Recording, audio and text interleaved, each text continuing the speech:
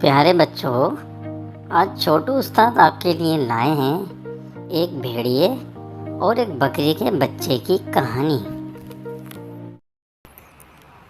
ایک بار بکری کا بچہ اپنے مالک کے ساتھ بہت ساری بکریوں اور ان کے بچوں کے ساتھ گھاس کھانے میدان میں جاتا ہے۔ وہاں بہت ساری تازہ گھاس ہوتی ہے۔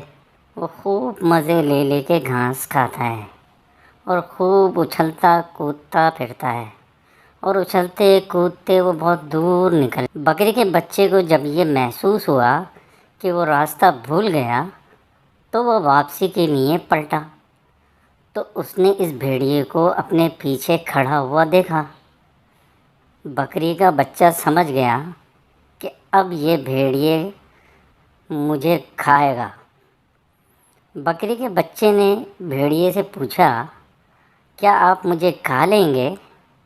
بھیڑیے نے کہا، ہاں، مجھے بھوک لگی ہے۔ بکری کے بچے نے کہا، میں نے ابھی بہت گھاس کھائی ہوئی ہے، میرا پیٹ گھاس سے بھرا ہوا ہے، اگر آپ مجھے ابھی کھائیں گے تو آپ کو ایسا لگے گا جیسے آپ گھاس کھا رہے ہو۔ بھیڑیے نے کہا، تم کہنا کیا چاہتی ہو؟ بکری نے کہا، اگر آپ تھوڑا انتظار کر لیں، میں تھوڑا چل پھر لوں گی تو میری پیٹ کی گھاس جو ہے وہ ہضم ہو جائے گی۔ بھیڑیے نے کہا، نہیں، تم بھاگ جاؤ گی۔ پھر بکری کے بچے نے سوچا کہ کچھ اور ترکیب ہونی چاہیے۔ پھر اس نے کہا کہ اچھا، تم میرے گلے سے یہ گھنٹی کھول کر اسے زور زور سے بجاؤ، میں اس کی میوزک سن کر ڈانس کروں گی تو گھاس جلدی سے ہضم ہو جائے گی۔ بھیڑیا اس پر راضی ہو گیا۔ پھر اس نے بکری کے گلے سے گھنٹی کھول کر زور زور سے بجانا شروع کر دی۔